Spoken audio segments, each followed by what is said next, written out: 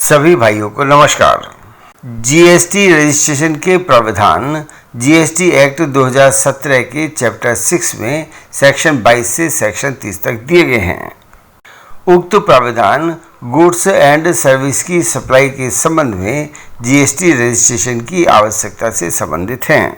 यहाँ हम GST act के अंतर्गत रजिस्ट्रेशन की प्रक्रिया पर चर्चा नहीं कर रहे हैं, बल्कि हम ब्याज की आय सहित आय के विभिन्न स्रोतों से आय पर कर देयता के संबंध में विचार करना चाहते हैं, जैसे सेविंग बैंक खाते से ब्याज, एफडीआर पर ब्याज, आवासीय गृह संपत्ति और कॉमर्शियल संपत्ति के किराए की आय, और इन आय को देखते हुए देर से ईएमआई के भुगतान पर पिनल इंटरेस्ट के भुगतान एवं क्या ये सभी आय जीएसटी रजिस्ट्रेशन की थ्रेशहोल्ड लिमिट की गणना करने के संबंध में विचार करने योग्य हैं।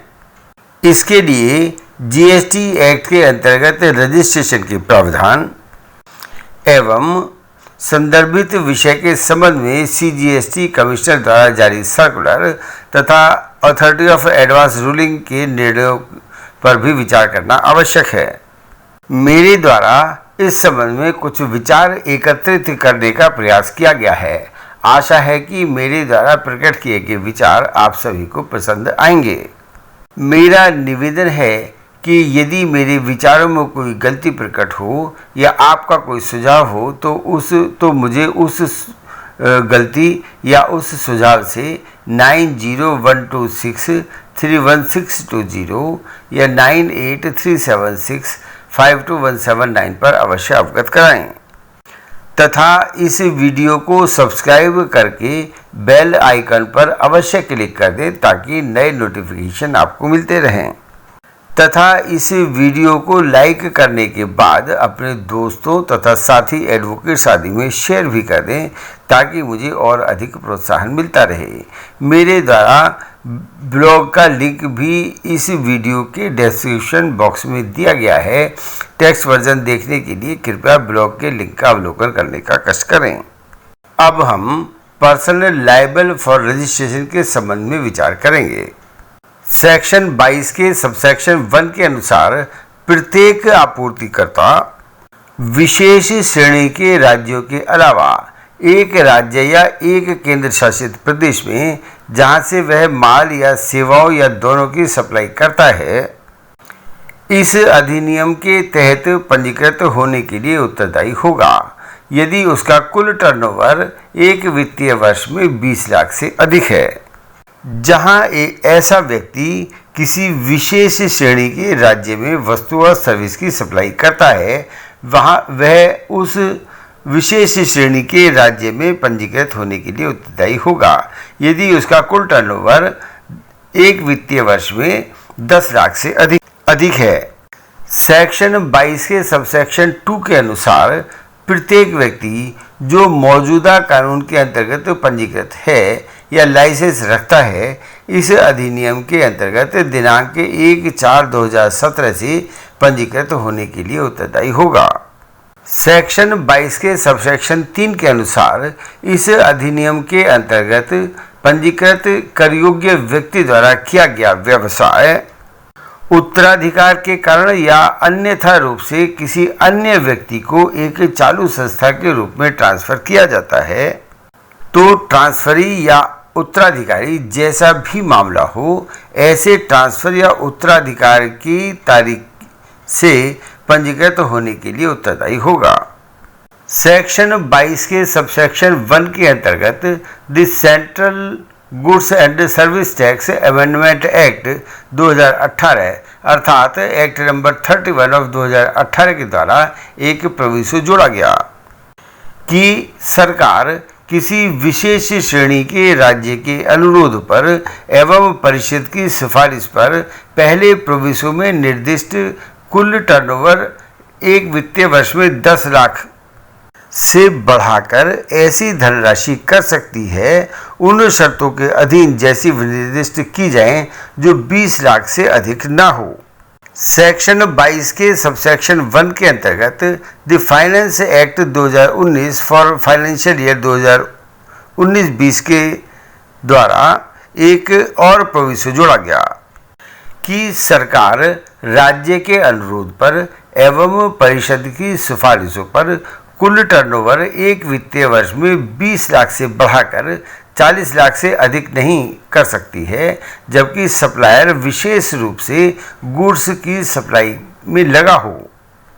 इस सेक्शन के अंतर्गत एक एक्सप्लेनेशन भी जोड़ा गया कि इस उपधारा के प्रयोजन के लिए एक व्यक्ति को विशेष रूप से गुड्स की सप्लाई में लगा हुआ माना जाएगा, भले ही वह डिपॉजिट, लोन या एडवांस को बढ़ाने के माध्यम से प्रदान की जाने वाली एग्जेम्प्टेड सप्लाई में लगा हो, जहां कंसिडरेशन ब्याज के रूप में हो।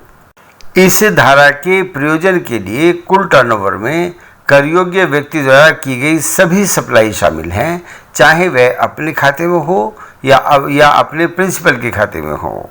यहाँ विचार के लिए मामला यह बनता है, नंबर फर्स्ट, माल या सेवाओं की सप्लाई के लिए रजिस्ट्रेशन की थ्रेशोल्ड लिमिट 20 लाख थी तथा स्पेशल कैटेगरी की स्टेट्स के लिए 10 लाख थी। फाइनेंस एक्ट नंबर 31/2018 द्वारा सेकंड प्रोविजन बढ़ाया गया तथा स्पेशल कैटेगरी ऑफ स्टेट्स के लिए रजिस्ट्रेशन की थ्रेशोल्ड लिमिट 20 लाख का प्रावधान किया गया, परंतु इस संबंध में कोई नोटिफिकेशन कुछ राज्यों के लिए ही निकाला गया है। अतः स्पेशल कैटेगरी ऑफ स्टेट्स के लिए उन राज्यों को छोड़कर रजिस्ट्रेशन की थ्रेशोल्ड लिमिट 10 लाख ही है। अब मामला फाइनेंस एक्ट नंबर 2/2019 द्वारा थर्ड प्रोविजन को इंसर्ट करने का आता है। इसे नोटिफिकेशन नंबर 1/2020 डेटेड 1 जनवरी 2020 के द्वारा दिनांक 1 जनवरी 2020 से प्रभावी किया गया। इस थर्ड प्रोविजन के द्वारा सरकार ने विशेष रूप से गुड्स की सप्लाई करने वाले व्यक्तियों के लिए थ्रेशोल्ड लिमिट 20 लाख से बढ़ा दी गई है तथा इस थ्रेशोल्ड लिमिट को 20 लाख से बढ़ाकर 40 लाख कर दी गई है। इस प्रकार CGST एक्ट के अनुसार के उक्त प्रोविजन के अवलोकन से दो महत्वपूर्ण शब्दों सप्लायर तथा एग्रीगेट टर्नओवर को स्पष्ट करने की आवश्यकता है। सेक्शन 2 के सबसेक्शन 6 के अनुसार एग्रीगेट टर्नओवर का अर्थ है सभी करयोग्य सप्लाई का कुल मूल्य।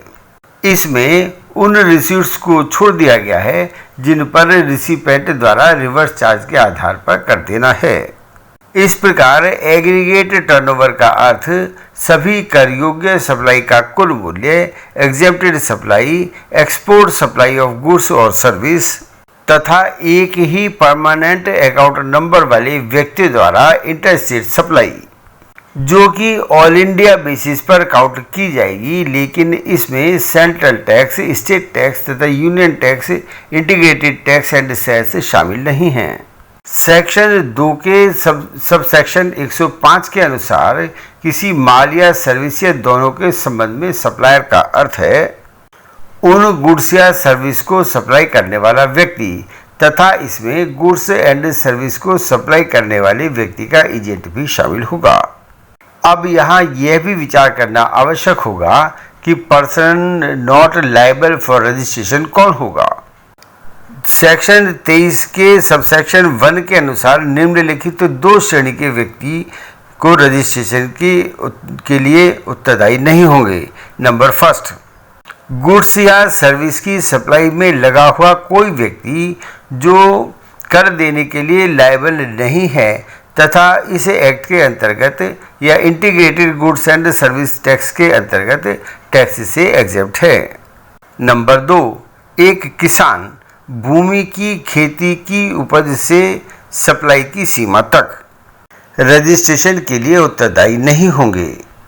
अब एक निगाह कंपलसरी GST रजिस्ट्रेशन के प्रावधानों के संबंध में भी डालना आवश्यक है।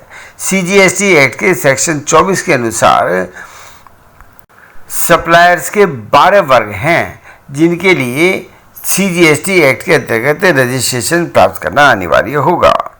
अब हम GST registration for casual taxable और नॉन रेजिडेंट टैक्सेबल पर्सन के संबंध में विचार करेंगे।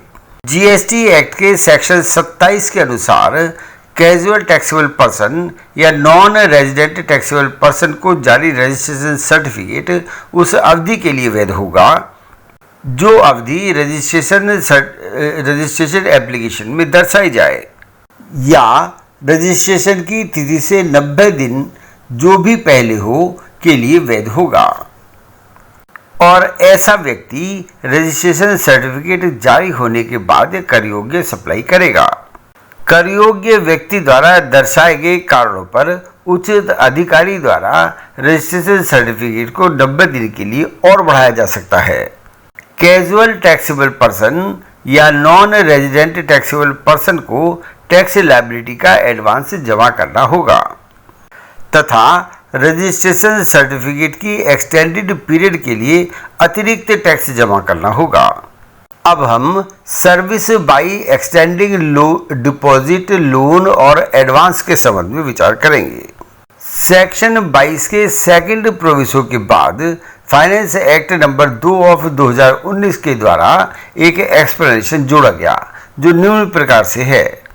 इस उपधारा के प्रयोजन के लिए एक व्यक्ति को विशेष रूप से गुड्स की सप्लाई में लगा हुआ माना जाएगा, भले ही वह अब तक एक्सटेंडिंग डिपॉजिट, लोन और एडवांस के माध्यम से प्रदान की जाने वाली एग्जेम्प्टेड सप्लाई में लगा हुआ हो तथा कंसिडरेशन को ब्याज या डिस्काउंट के रूप में दर्शाया गया हो।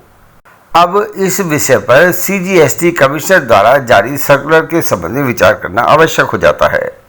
केंद्रीय प्रत्यक्ष कर एवं सीमा शुल्क बोर्ड ने सर्कुलर नंबर 102/2021 दिनांक 28 जून 2019 जारी किया।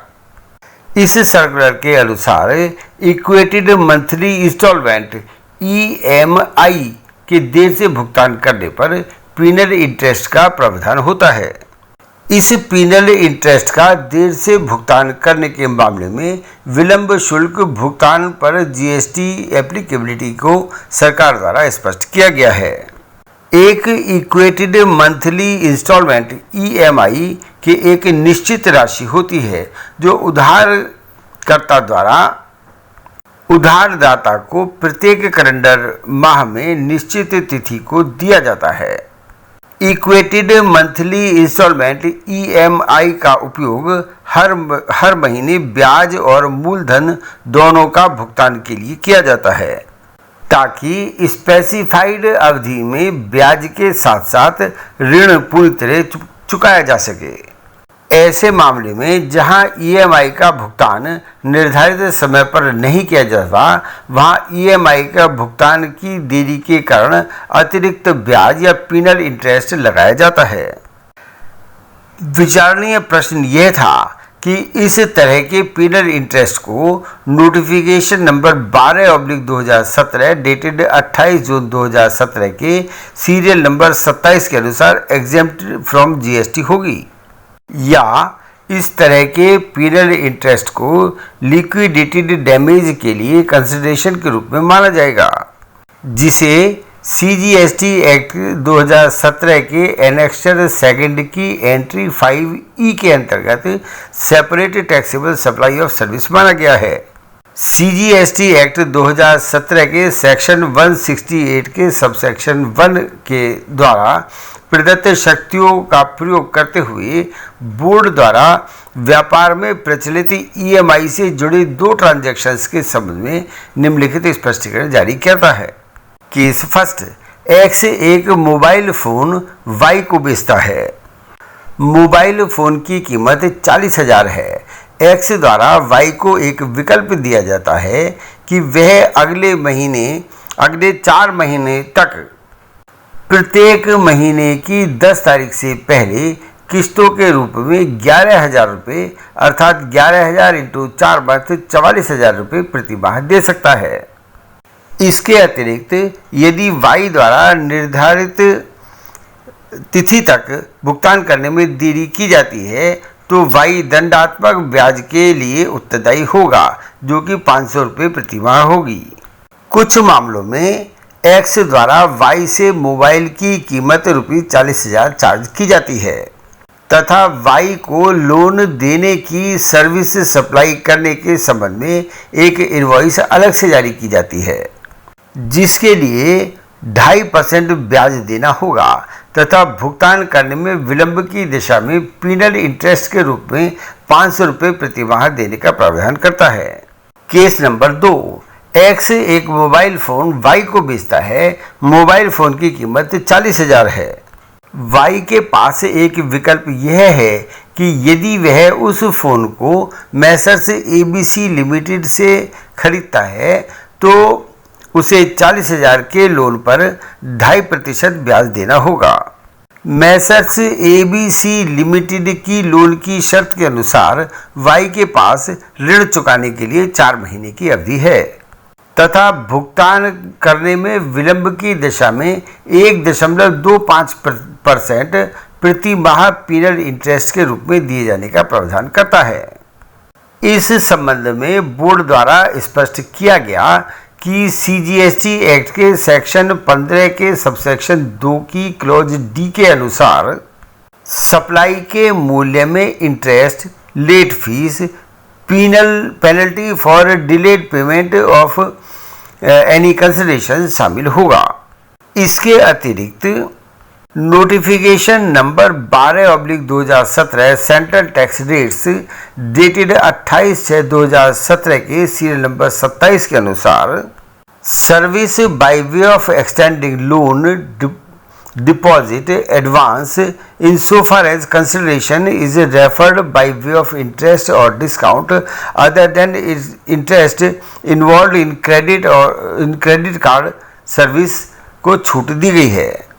इसके अलावा notification number 12/2017 central tax dated 28/6/2017 की क्लॉज 2 की सब क्लॉज ZK के अनुसार ब्याज का अर्थ है किसी भी तरह से उधार ली गई राशियों पर दिए गए ऋण के संबंध में ब्याज, लेकिन इसमें उधार दी गई धनराशि या दिए गए ऋण या किसी क्रेडिट सुविधा के संबंध में कोई सेवा शुल्क या अन्य शुल्क शामिल नहीं है जिसका उपयोग नहीं किया गया हो। उक्त दोनों मामलों में जीएसटी एक्ट निम्न प्रकार अप्लाई होगा। केस फर्स्ट, जीएसटी एक्ट के सेक्शन 15 के सबसेक्शन 2 की क्लॉज डी के अनुसार सप्लाई के मूल्य में penal interest for delay payment of consideration शामिल होगा। एक्स और वाई के बीच ट्रांजैक्शन एक टैक्सेबल गुड्स यानी मोबाइल फोन की सप्लाई का है, इसलिए पीनल इंटरेस्ट की राशि कर योग्य होगी चाहे चालान का तरीका कुछ भी हो। केस नंबर 2, वाई और मैसर्स एबीसी के बीच ट्रांजैक्शन के लिए एडिशनल पीनल इंटरेस्ट लगाया जाता है, इसलिए इसे notification number 12/2017 central tax dated 28/6/2017 के सीरियल नंबर 27 के अंतर्गत कवर किया जा रहा है। इसलिए वाई और मैसर्स एबीसी लिमिटेड के बीच ट्रांजैक्शन पर लगाया गया एडिशनल पीनल इंटरेस्ट पर जीएसटी नहीं लगेगा, क्योंकि इसे notification number 12/2017 central tax dated 28/6/2017 के अधीन कवर नहीं किया जाएगा। जीएसटी लगाने के लिए एक्स तथा वाई के बीच मोबाइल की सप्लाई मूल्य ₹40,000 ही है। यहाँ यह स्पष्ट किया जाता है कि एडिशनल पीनल इंटरेस्ट लगाने का ट्रांजैक्शन सीजीएसटी एक्ट के शेड्यूल 2 की एंट्री 5E के दायरे में नहीं आता है, क्योंकि एडिशनल पीनल इंटरेस्ट की यह लेवी ब्याज की परिभाषा को संतुष्ट करती है, जैसा कि नोटिफिकेशन नंबर 12/2017 डेटेड 28/6/2017 में दर्शाया गया है। यहाँ यह स्पष्ट किया जाता है कि सर्विस चार्ज या कोई अन्य चार्ज जो मैसर्स एबीसी लिमिटेड द्वारा किसी ट्रांजैक्शन के संबंध में है, जो कि एक्सटेंडिंग डिपॉजिट, लोन या एडवांस से संबंधित है। नोटिफिकेशन नंबर 12/2017 डेटेड 27/6/2017 में परिभाषित ब्याज के अंतर्गत नहीं आता है, तदनुसार एग्जेम्प्टेड नहीं होगा। तो हम निम्नलिखित दो मामलों में माननीय अथॉरिटी ऑफ एडवांस रूलिंग द्वारा दिए गए निर्णय पर विचार करेंगे। पहला निर्णय Sawai Manohar Lal Rathi Gujarat advance ruling number Gujarat AAR 20/10 के संबंध में है तथा दूसरा निर्णय Anil Kumar Agarwal authority of advance ruling Karnataka advance ruling number KARADRG 30/2020 के संबंध में है। पहले निर्णय श्री सवाई मनोहर लाल राठी गुजरात के वाद के तथ्य सूक्ष्म रूप में निम्न प्रकार से हैं।